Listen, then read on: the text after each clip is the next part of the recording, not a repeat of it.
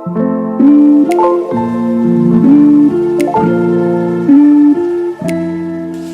Friends, welcome to my channel Dipali's eating show and creativity. তো দেখো এখানে আমি ওই যে খড়ের মাশরুম হয় না, খড়ের মাশরুম বা খড়ের ছাতু, ওটাই ভালো করে ধুয়ে পরিষ্কার করে নুন হলুদ মাখিয়ে নিয়েছিলাম। এবারে ওর ওপরে আমি দিয়ে দিচ্ছি পেঁয়াজ কুচি, ময়দা,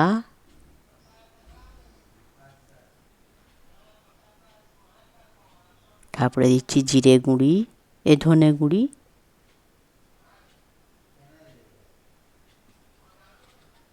তারপরে দিলাম জিরে গুঁড়ি, তারপরে দিলাম লঙ্কার গুঁড়ি, দিয়ে দেখো ভালো করে হাত দিয়ে আমি এটাকে মেখে নিচ্ছি। খুব ভালো করে মেখে নিয়েছি। তারপরে দেখো কি করছি, দেখো একটা বাটিতে কিছুটা জল নিয়ে নিয়েছি, নর্মাল জল। তারপরে তাতে আবার একটু ময়দা নিয়ে নিচ্ছি।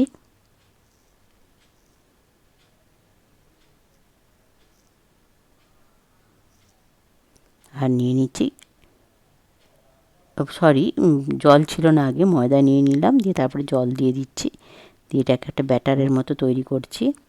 তো দেখো ব্যাটারটা আমার তৈরি হয়ে গেছে। আর দেখো একটা প্লেটে আমি বেশ কিছুটা সাদা তিল নিয়ে নিয়েছি। তো বন্ধুরা, তোমরা সবাই কেমন আছো? নিশ্চয়ই খুব খুব ভালো আছো। Welcome to my channel Dipali's eating show and creativity. আজকে সবই একটু উল্টোপাল্টা করে বলা হয়ে যাচ্ছে।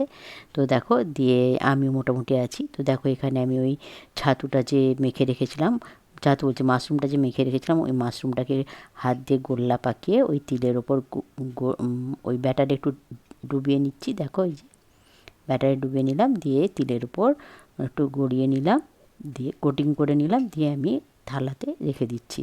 এইভাবে আমি সবগুলো বানিয়ে নিচ্ছি। তো এই সময় বলে রাখি, পুরনো বন্ধুদের অসংখ্য ধন্যবাদ, তোমরা আমার সঙ্গে আছো, এইভাবে তোমরা আমার সঙ্গে থাকো, আমিও সারা জীবন তোমাদের সঙ্গে আছি। আর নতুন বন্ধুদের বলছি, যারা আমার চ্যানেলটা ভিজিট করতে আসছো, তারা আমার চ্যানেলটাকে সাবস্ক্রাইব করে থেকে যেও। আর বেল আইকনটা অবশ্যই ক্লিক করে দিও, যাতে আমার ভিডিওগুলো দেওয়ার সঙ্গে সঙ্গে তার নোটিফিকেশান তোমাদের কাছে চলে যায়। তোমরা আমার সঙ্গে থাকো, আমিও সারা জীবন তোমাদের সঙ্গে আছি। আর ভিডিওটা বরাবরের মতোই ছোট হবে, পুরোটাই দেখো, কেউ কিন্তু স্কিপ করে দেখো না প্লিজ। আর অবশ্যই একটা লাইক দিও, আর কমেন্ট একটা করো, মিষ্টি কমেন্ট। কমেন্ট পড়তেও আমার ভালো লাগে, কমেন্ট ধরে ধরে তোমাদের বাড়িতে যেতেও খুব ভালো লাগে। আর এটা একদম একটা নিউ রেসিপি, একদম নতুন রেসিপি, এরকম রেসিপি কেউ বানায়নি। তো এই রেসিপিটা অবশ্যই কিন্তু তোমরা বানিয়ে খেও, আর বন্ধু বান্ধব আত্মীয় স্বজন সবার সঙ্গে শেয়ার করো, যাতে তারা এইভাবে একটা রেসিপি বানিয়ে খায়। তো যেহেতু আমি পরে ভয়েস দিচ্ছি, দুর্দান্ত হয়েছিল খেতে আর একদম নতুন, তাই বলছি অবশ্যই তোমরা কিন্তু বানিয়ে একবার খেয়ে দেখো, খুবই ভালো লাগবে। আর বন্ধুদের সঙ্গে শেয়ার করো, তারা যাতে এটা বানিয়ে খেতে পারে। তো দেখো, তোমাদের সঙ্গে কথা বলতে বলতে আমার এখানে প্রায় পুরো মাশরুমটাই কিন্তু এটা মাখা মানে হয়ে গেছে, তৈরি করা হয়ে গেল। পুরো মাশরুমটারই বল তৈরি করে নিয়েছি, আর একটু বাকি আছে। তো এটা তৈরি করে নিলেই আমার পুরোটাই তৈরি করা হয়ে যাবে। তো দেখো বন্ধুরা, এবারে আমি কি করছি, ওই যে মাশরুমের বড়াগুলো বানিয়েছিলাম, ওগুলোকে আবার একটা প্লেটে আমি কিছুটা শুকনো ময়দা নিয়ে নিয়েছি। যে ময়দার উপর গড়িয়ে নিয়ে, মানে ময়দার কোটিং দিয়ে দিচ্ছি ওর ওপর একটা, দিয়ে আমি এখানে কড়াই তাওয়াতে তেল দিয়ে দিয়েছি, ফ্রাইং প্যানে। তো ফ্রাইং প্যানে তেল দিয়ে এগুলোকে আমি এখন সুন্দর করে ভেজে নেব লাল লাল করে। আর গ্যাসের ওভেনের মানে ফ্লেমটা কিন্তু আমি একদম লোতেই রেখেছি, যাতে ভালো করে ভাজা হয়। মানে তোমরা তো সবাই জানো, মাশরুম যত ভাজা হবে, খড়ের মাশরুম যেটা, তত টেস্ট বাড়ে। তাই একটু এমনভাবে ভাজতে হবে, একটু ধৈর্য ধরে সময় দিয়ে একদম লোতে রেখে, যাতে পুরো ভেতরটাও ভাজা হয়ে যায়। তো দেখো সেটাই আমি করছি। তো এগুলো আমি মানে ওই ময়দায় চুবিয়ে এটাকে ভালো করে ভেজে নিচ্ছি। তো দেখতে থাকো, সঙ্গে থাকো, কেউ কি কোথাও যেও না। সত্যি একটা সুন্দর রেসিপি, আমি বারবার বলছি সুন্দর সুন্দর, তোমরা কিন্তু অবশ্যই বানিয়ে খেও।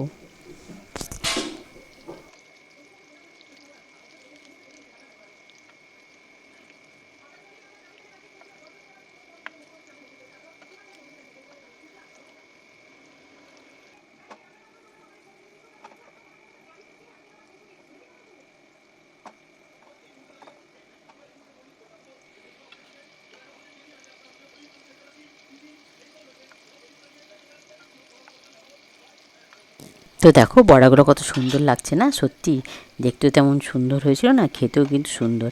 তো হ্যাঁ, এই সময় একটা কথা বলে রাখি, এই বড়াগুলো যদি তোমাদের ইচ্ছে হয় তোমরা স্ন্যাক্স হিসেবেও খেতে পারো চায়ের সঙ্গে। তো আমি যেহেতু তরকারি করেছিলাম তাই স্ন্যাক্স হিসেবে খাওয়া হয়নি। তো চলো দেখতে থাকো, সঙ্গে থাকো। তো দেখো আমার বড়াগুলো ভাজা হয়ে গেছে, আমি হাতার সাহায্যে এগুলো তুলে নিচ্ছি। তো দেখো এবারে ওই যে তেলটা বেড়ে গেছিলো তার থেকে কিছুটা তেল আমি কমিয়ে নিয়েছি, আর যেটুকু তেল লাগবে সেটুকু তেল রেখেছি। আর ভেতরে যে সাদা সাদাগুলো দেখছো ওটা কিন্তু আমি যেহেতু কোটিংটা দিয়েছিলাম না ময়দা, তাই জন্য ময়দাটাই দেখতে পাচ্ছ। আর দিয়ে 5 ফোড়ন আর তেজপাতা আমি ফোড়ন দিয়ে দিলাম, দিয়ে আর দিলাম দুটো শুকনো লঙ্কা, দিয়ে এটাকে আমি এখন ভালো করে একটু ভেজে নিচ্ছি ফোড়নটা। তারপর দেখো পেঁয়াজ কুচি লঙ্কা কুচি করে রেখেছিলাম, তো ওইগুলোও দিয়ে দিলাম, দিয়ে এটাকে আমি একটু ভালো করে ভেজে নেব।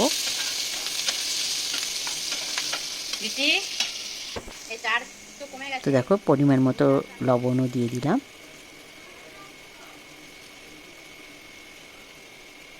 আর দিয়ে দিলাম অল্প চিনি, দিয়ে এটাকে আমি একটু ভালো করে আরেকবার ভেজে নিচ্ছি।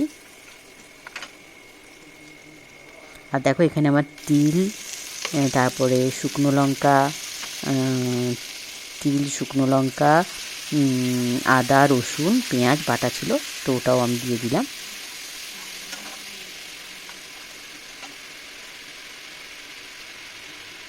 আর দিয়ে দিলাম পরিমাণ মতো হলুদ,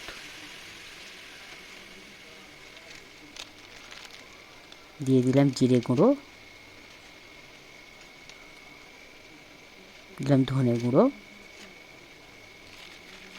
দিলাম এটা হচ্ছে কাশ্মীরি লঙ্কার গুঁড়ো, না লাল লঙ্কার গুঁড়ো, সরি কাশ্মীরি লঙ্কার গুঁড়োটা শেষ হয়ে গেছে তাই দিতে পারিনি, তোমাদের থাকলে কিন্তু দিও, তাহলে আরও ভালো কালার আসবে।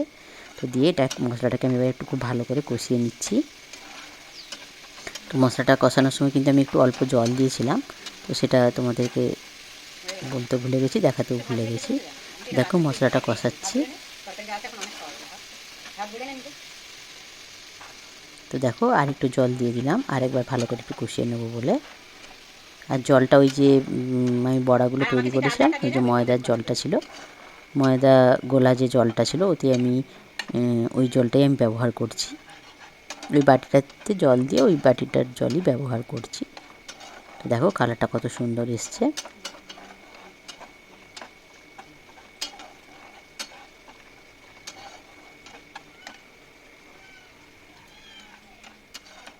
তো দেখো মশলাটা আমার প্রায় কষানো হয়ে গেছে, এবার আমি এদিকে গরম জল বসিয়ে দিয়েছি। আর ওই জলটাও সাদা দেখছো, কারণ আমি ওই জলটা যে বাটিতে ধুয়েছিলাম যেখানটায় তিলগুলো ছিল সেই জলটাও আমি ওর মধ্যে অ্যাড করেছিলাম, তাই ওটা একটু সাদা সাদা লাগছে।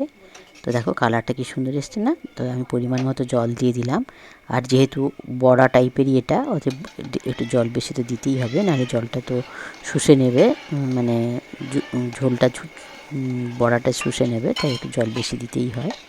দিয়ে দিয়েছি, দেখো ফুটে উঠেছে। তো এবার আমি আস্তে আস্তে বড়াগুলো ছেড়ে দিচ্ছি।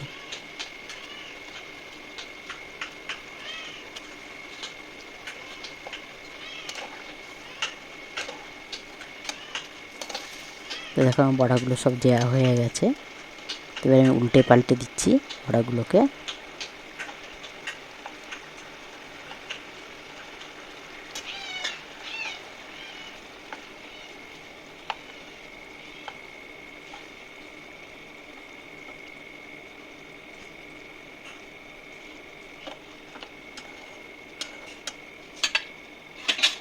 তো দেখো বড়াগুলো প্রায় রান্না হয়ে এসছে। তো এই সময় আমি কী করলাম, আমার কিছুটা ওই আমাদের প্যাকেটে দুধ যে ব্যবহার করা হয় না, প্যাকেট দুধ থেকে সর পড়েছিল দুধটায় বেশ কিছুটা, সেই সরটা আমি নিয়ে নিয়েছি একটা বাটিতে, দিয়ে ওটা হাত দিয়ে চটকে নিচ্ছি আর দিয়ে দিচ্ছি কিছুটা দুধও ওর সঙ্গে মিশিয়ে দেবো, দিয়ে এবার এটাকে চটকে নিয়ে এর ওপরে আমি ঢেলে দিচ্ছি। মানে ক্রিম থাকলে ভালো হতো, ক্রিম থাকলে ক্রিম দিয়ে দিই, তোমাদের কাছে ক্রিম থাকলে তোমরা এর ওপরে একটু ফ্রেশ ক্রিম ছড়িয়ে দিও। আমার ক্রিম ছিল না, তো তাই এইভাবেই করলাম, সরটাকে নিয়ে দুধের সঙ্গে গুলে নিয়ে দিয়ে দিলাম, এটা ফ্রেশ ক্রিমের কাজ করলো। তো দেখো কত সুন্দর হয়েছে না। দুর্দান্ত, যেমন দেখতে হয়েছিল না তেমন খেতে হয়েছিল। আর কিছুটা গরম মশলা আমি দিয়েছিলাম, মানে কি বলবো, সেটা ছাতুর কোপ্তাকারি স্কিপ বানিয়ে করে গেছি। ডিম দিয়ে রান্না করলাম। তো দেখো এই যে ওটাই আমি এখন আমার মেয়েকে দিচ্ছি, ও খেয়ে কেমন বলবে লাগছে কেমন বলো, হয়েছে। খুব সুন্দর লাগছে না? খেতেও খুব সুন্দর লাগছে। এবার মেয়েকে দিয়ে দিলাম। এবার মেয়ে কী বলছে শোনো, আমি আর কথা বলছি না।